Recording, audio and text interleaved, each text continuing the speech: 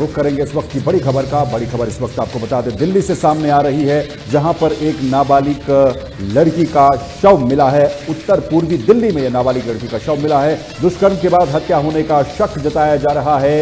ये बड़ी खबर सामने आ रही है। दिल्ली से पुलिस ने पॉक्सो एक्ट में मामला दर्ज कर दिया है। फिलहाल जो पुलिस की तरफ से जानकारी सामने आ रही है, मृतका को जेपीसी अस्पताल उसके पिता लेकर के गए थे, जहां पर डॉक्टरों ने उसे अस्पताल में मृत घोषित किया। तो दिल्ली से ये एक बार फिर से दिल दहला देने वाली खबर सामने आ रही है। उत्तर पूर्वी दिल्ली में जहां पर एक नाबालिग लड़की का शव मिला है, दुष्कर्म के बाद हत्या करने की आशंका जताई जा रही है। और जो शुरुआती जानकारियां पुलिस की तरफ से दी गई, उसमें यह भी कहा जा रहा है कि एक सूटकेस के अंदर यह शव बंद पड़ा मिला था। जो लड़की की उम्र है वो 9 साल के आसपास बताई जा रही है।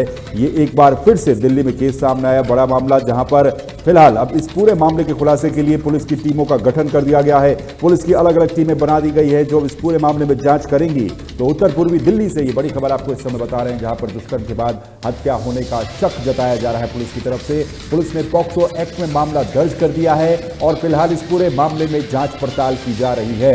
तो मृतका को सबसे पहले जेपीसी अस्पताल उसके पिता लेकर के गए थे जब ये बच्ची मिली थी, और उसके बाद वहां पर डॉक्टरों ने इसे मृत घोषित कर दिया है, जिसके बाद अब पुलिस इस पूरे मामले की जांच पड़ताल में जुट चुकी है। पुलिस की अलग अलग टीमें इस पूरे केस की इन्वेस्टिगेशन करेंगी, लेकिन इस केस में एक बार फिर से सवाल उठा दिए। अब देखना यह होगा कि इसमें पुलिस की तरफ से जो जानकारियां हैं वो किस तरीके से सामने आती है। प्रारंभिक जानकारी के आधार पर आपको बता दें कि मृतका को जेपीसी अस्पताल ले जाया गया था, जहां पर डॉक्टरों ने उसे मृत घोषित कर दिया।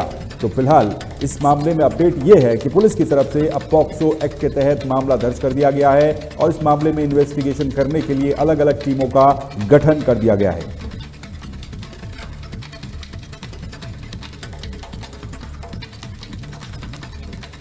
उत्तराखंड से बड़ी खबर सामने आ रही है, जहां पर अगले 4 दिनों तक गर्मी अपने तेवर दिखा सकती है। उत्तराखंड में मौसम का मिजाज एक बार फिर से बदला है। लगातार हो रही बारिश के बाद अब अगले 4 दिन चटक धूप खिली रह सकती है। तो अगले 4 दिनों तक गर्मी अपने तेवर दिखाएगी। उत्तराखंड में 10 जून तक मौसम शुष्क रहने के आसार हैं। ये मौसम विभाग की तरफ से अंदेशा जताया गया और उसके बाद फिर 11 जून के बाद फिर से मौसम बदल सकता है। उत्तराखंड में 11 जून के बाद पहाड़ से लेकर मैदान तक 11 जून तक तापमान में बढ़ोतरी देखने को मिलेगी, लेकिन उसके बाद फिर से बारिश हो सकती है और 11 जून के बाद उत्तराखंड में मौसम एक बार फिर से बदल सकता है। तो मौसम से जुड़ी हुई बड़ी अपडेट आपको बता दें, उत्तराखंड में अगले 4 दिनों तक गर्मी अपने तेवर दिखाएगी और अगले 4 दिन तक यानी कि 10 जून तक मौसम के शुष्क रहने के आसार है और 11 जून के बाद फिर से उत्तराखंड का मौसम बदल सकता है। पहाड़ से लेकर मैदान तक 11 जून तक तापमान में बढ़ोतरी देखने को मिल सकती है।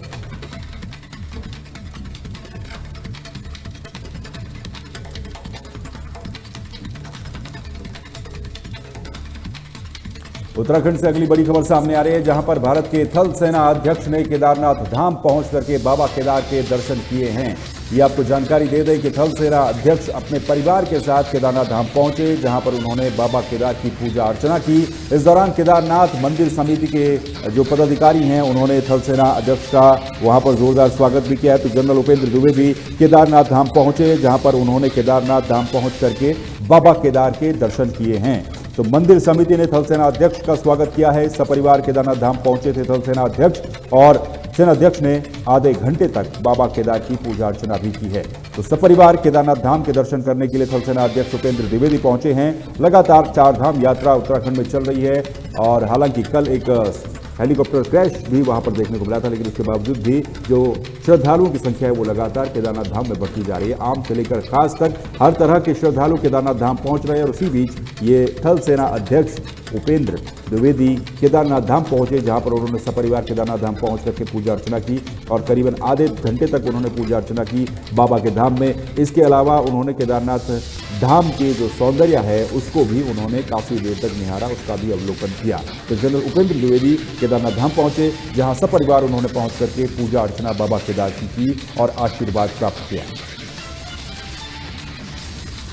तो 4 धाम यात्रा इन दिनों उत्तराखंड में चल रही है। बरसात के बावजूद पिछले कुछ दिनों में बरसात देखने को मिली थी, लेकिन श्रद्धालुओं का जो हुजूम है, श्रद्धालुओं की जो आस्था है वो लगातार कम नहीं हो रही है और इसी का ये सिलसिला लगातार चल रहा है श्रद्धालुओं का पहुंचने का। और इसी बीच वीआईपी से लेकर के आम जो मेहमान हैं, जो श्रद्धालु हैं, वो उत्तराखंड के केदारनाथ धाम पहुंच रहे हैं, वहां पर बाबा के दर्शन कर रहे हैं और इसी सिलसिले में सपरिवार थल सेना अध्यक्ष जनरल उपेंद्र द्विवेदी परिवार के साथ केदारनाथ धाम पहुंचे और दर्शन किए।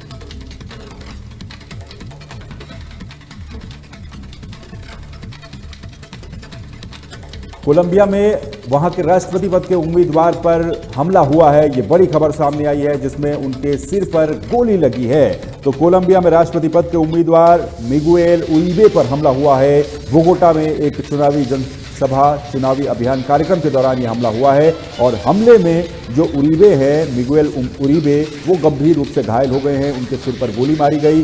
गंभीर रूप से घायल उरिबे को आईसीयू में भर्ती करवाया गया है, जहां पर उनका इलाज इस समय चल रहा है।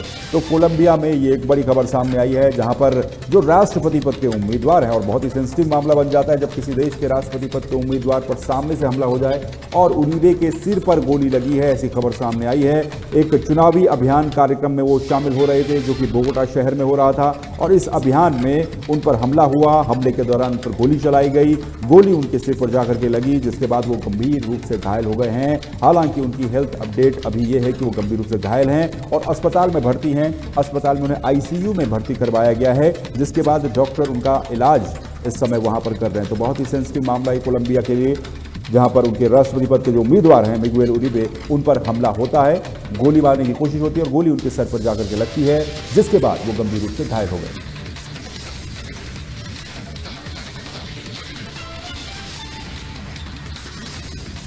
छत्तीसगढ़ के जसपुर से बड़ी खबर सामने आ रही है, जहां पर पुलिस ने एक बड़ी कार्रवाई करते हुए मोटरसाइकिल चोरियों का खुलासा किया है और इस मामले में कुछ गिरफ्तारियां भी जसपुर पुलिस की तरफ से की गई हैं। तो जसपुर छत्तीसगढ़ से ये बड़ी खबर और बड़ा अपडेट आपको बता रहे हैं, जहां पर चोर गिरोह के 4 सदस्यों को पुलिस ने गिरफ्तार कर लिया है और चोरी की मोटरसाइकिलों को भी बरामद किया गया है। आरोपियों से चोरी की 3 बाइकें बरामद की गई हैं और जो बरामद की गई बाइकें हैं, इनकी कीमत लगभग 1,10,000 रुपए से ज्यादा बताई जा रही है। आरोपियों के खिलाफ बीएनएस की धाराओं में केस दर्ज किया गया है। तो छत्तीसगढ़ के जसपुर से बड़ी खबर सामने आ रही है, जहां पर जसपुर पुलिस ने बाइक चोरियों का खुलासा किया है। चोर गिरोह के 4 सदस्यों को पुलिस ने गिरफ्तार कर लिया है।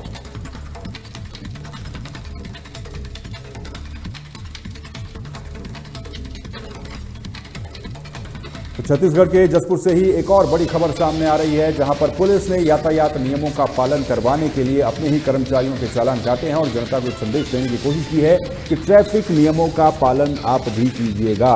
तो बिना हेलमेट वाहन चला रहे 12 पुलिसकर्मियों और अधिकारियों के चालान काटे गए हैं। यातायात नियमों का पालन करवाने के लिए पुलिस की ये पहल देखने को मिली है। जसपुर में 45 मामलों में 19,600 रुपए का चालान किया गया है। ये कार्रवाई की गई है और जनता से यातायात नियमों का पालन करने की अपील भी की गई है।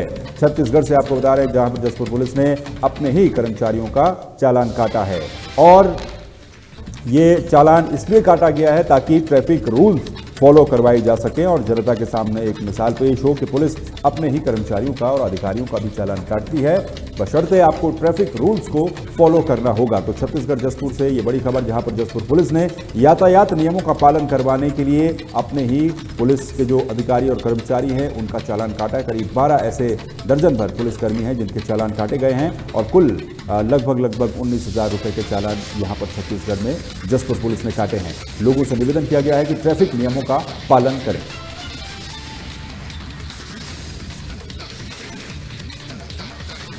ब्रेकिंग न्यूज में फिलहाल के लिए बस इतना ही। बाकी खबरों के लिए आप लगातार बने रहिए तहलका डिजिटल के साथ। मुझे दीजिए इजाजत। नमस्कार।